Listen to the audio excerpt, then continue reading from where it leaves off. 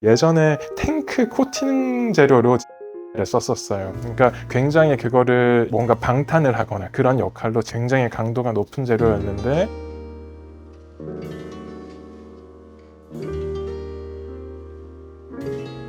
안녕하세요. 다른 치과 의원 박경서 원장입니다. 오늘은 치과 재료에 대해서 한번 얘기 나눠보려고 하는데요. 치과에 쓰는 재료들이 정말 다양하거든요. 각 재료의 장단점 비교하면서 좋은 시간 가질 수 있으면 좋겠습니다.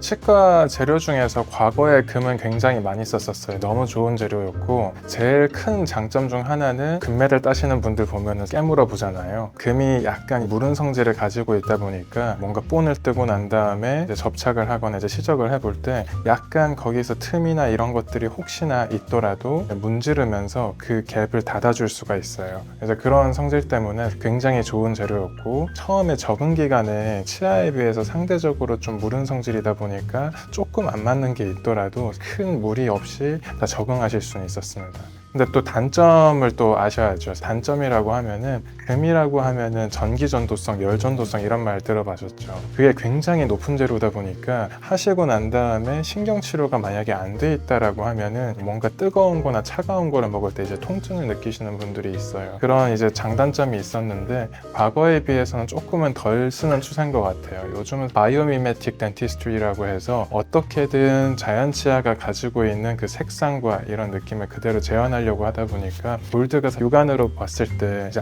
걸렸을 때 뭔가 치아 색깔 아닌 것들이 있으면 이뻐 보이지가 않잖아요. 그래서 점차 많이들 안 쓰고 있는 추세인 것 같긴 합니다. 요즘은 미국 기준으로 봤을 때는 아까 얘기 드렸던 바이오미메틱 덴티스트리가 미국에서부터 이제 시작이 됐고, 유럽에서도 또 약간 시작이 됐다고 할 수 있어요. 근데 전반적으로 이쁘지 않은 것들은 약간은 사라지는 추세라고 보시면 됩니다. 그래서 미국에서는 특히나 어떻게든지 자연 치아랑 유사하게 뭐 성질이라던가 아니면 색상이라던가 다 유사하게 재현을 하려고 해요. 그래서 금이라는 건 약간 너무 좋은 재료이긴 했지만 약간 과거 속으로 좀 사라지는 느낌이기는 하고요. 우리나라 기준으로 봤을 때 외국에서 잘 공부를 할 때 이런 말을 되게 많이 했던 것 같아요. 미국이 약간 7년 정도 한국 진료에 비해서 좀 앞서 있다 이렇게 얘기를 많이 하거든요. 예전에는 미국에서 7년 전에 썼던 것들을 지금은 약간 우리가 지금 그걸 하고 있고, 이런 추세다 보니까 지금 미국 추세가 그렇게 가다 보니까 아마 결국에는 골드도 이제 점차 한국에서도 아마 사라지는 추세일 것 같습니다.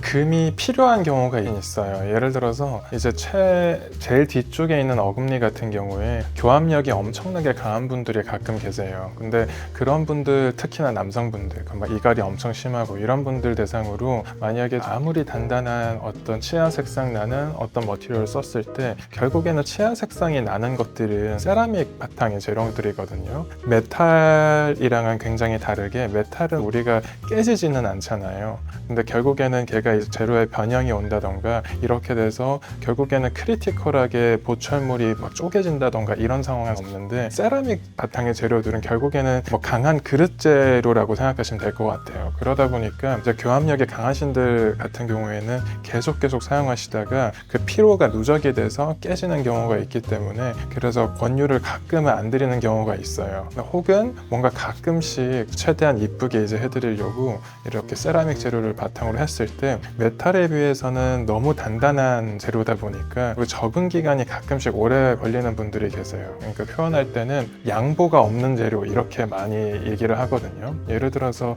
적응하는 과정에서 제 치과에서는 뭐 마이크론 단위로 약간만 높더라도 불편감을 크게 느끼시거든요. 그리고 턱 관절의 움직임이나 이런 것들은 사람마다 너무너무 다르기 때문에 적응 기간이 좀 필요한데, 메탈 같은 경우에는 어쨌든 힘을 받았을 때 상대적으로 조금 유동적인 재료다 보니까 적응하실 때 편한데, 이런 거 같은 경우에 이제 세라믹 바탕의 재료들은 적응 기간이 조금 걸리다 보니까 예민하신 분들한테는 메탈을 권유드리는 하는 것 같아요. 아말감도 실버 필링이라고 이제 미국에서 많이 얘기하는 건데, 그것도 합금이에요. 실버 한 70% 이상 들어가 있다 보니까 이제 실버 필링이라고 많이 얘기하는데, 뭐 실버, 아연, 뭐 코퍼, 그리고 특히나 우리한테 이제 가장 문제가 되는 수은이 이제 거기에 포함이 돼 있어요. 수은이 한 뭐 2, 3% 정도, 제가 지금 정확한 수치는 잘 모르겠지만 수은 함량이 어느 정도 있는데 예전에 굉장히 인기가 많은 재료였거든요. 아마 한국에서도 지금 입안에 가지고 계신 분이 워낙 많을 것 같아요. 그러니까 그거 같은 경우에는 재료가 처음에는 이제 조작을 할 때 굉장히 무른 성질을 가지고 있다가 거기에다가 섞어서 넣기만 하면은 그 상태로 굳는 재료였거든요. 그러다 보니까 조작하기도 편하고 치료 마무리하는 것도 빠르고 그래서 굉장히 인기가 많았던 재료였는데 지금은 약간은 컨트로버셜하긴 하지만 그 안에 있는 머큐리가 그 수은이 나오면서 우리 몸한테 나쁜 영향을 주지 않을까 이 생각 때문에 점차 사라지는 추세였고 그래서 우리 한국에서도 보험되는 재료였다가 지금 거의 대부분 치과에서 사용하는 것은 아마 없을 거예요. 거의 이제 사용 안 하는 재료고 저희가 이제 심미를 주로 많이 하는 치과다 보니까 결국에는 실버 필링 그 아말감이 있는 그거를 이제 입을 벌렸을 때 혹은 말을 할 때 보인다고 해서 그거를 교체를 하시는 분들이 좀 많은 추세인 것 같아요. 저 같은 경우는 만약에 있다라고 하면은 뭐 정말 필요하고 그 진료를 지금 나는 지금 비용이 없어 라고 해서 그걸 방치하는 것보다는 그거를 써드리고 싶지만 지금은 구하고 싶어도 거의 못 구하는 재료가 돼버렸어요. 그래서 지금은 그것보다 좋은 재료들, 이쁜 재료들, 그리고 강도도 또 우수한 재료들이 훨씬 많다 보니까 사실 뭐 제가 크게 권유는 하지 않을 것 같습니다. 레진이라고 하면은 치아 색깔 때우는 거 이렇게 이제 많이들 알고 계시는데 화학적으로 봤을 때 레진이라고 하는 거는 폴리머예요. 그러니까 결국 강한 플라스틱, 그냥 플라스틱이라고 생각하시면 되거든요. 치과에서 쓰는 거는 그 플라스틱뿐만 아니라 플라스틱 안에 이제 필러라고 해서 약간 이제 좀 강한 어떤 파티클들이 막 들어가 있어요. 그래서 이제 물성이 좋아져서 저작을 할 때는 막 거의 조그만한 영역에 막 60kg 압력으로 막 이렇게 가하는 거랑 똑같은 상황이다 보니까 굉장히 튼튼해야 돼요, 재료가. 그래서 레진 중에서도 강도가 높은 재료를 우리가 이제 쓰고는 있는데 어쨌든 플라스틱이다 보니까 정말 조그마한 장소가 이제 탈이 났을 때 떼우는 정도는 가능해요. 근데 어금니 뒤쪽으로 가면 갈수록 힘을 워낙 많이 받는 곳이다 보니까 결국에 영역이 조금 커진다 하면은 이제 그거는 물성이 버틸 수가 없다 보니까 이제 다른 재료로 이제 넘어가셔야 돼요. 그 재료가 세라믹이라는 재료들인데 세라믹도 너무너무 다양한 것 같아요. 예전엔 뭐 파티 포슬린이라고 해서 완전히 그릇 재질을 썼었어요.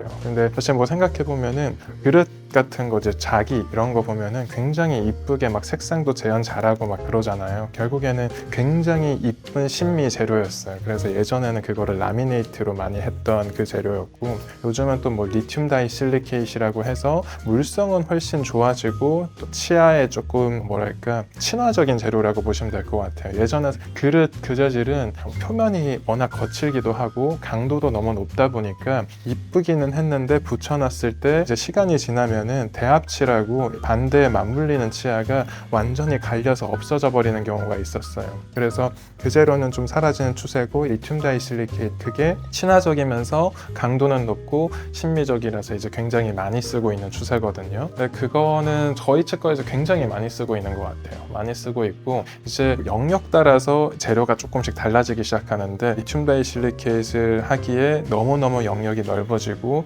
힘을 많이 받는 곳이다 라고 하면 그 다음에 선택하는 재료가 이제 지르코니아라고 아마 들어보셨을 것 같아요. 페이크 다이아몬드를 예전에 이제 큐빅이라고 많이 얘기했었잖아요. 아마 뭐 화학도 좋아하시는 분들은 이제 아마 아실 건데 알로트롭이라고 해서 같은 원소나 같은 이제 어떤 원소 기호로서는 똑같은데 실제로 물성들이 다른 애들을 보고 이제 그 관계를 알로트롭이라고 얘기를 해요. 뭐 예를 들어서 뭐 다이아몬드랑 뭐 흑연 둘 다 이제 탄소로 이루어진 건데 완전 다른 물질이잖아요. 그런 것처럼 지르코니아에서도 알로트롭들이 존재를 해요. 근데 그 중에서 페이스가 뭐 모노클리닉, 뭐 테트라고널, 뭐 큐빅 뭐 이렇게 막 얘기를 하는데 그 큐빅이라고 하는 이유가 큐빅 페이스 그거를 쓰기 때문에 큐빅이라고 했었던 거예요. 지르코니아 페이크 다이아몬드를. 근데 사실 치과에서 쓰는 거는 큐빅 페이스는 아니고요. 아까 말씀드렸던 테트라고널이랑 그 모노클리닉 그거를 적당히 배합을 해서 강도를 높여가지고 이제 치과 재료를 쓰고 있어요.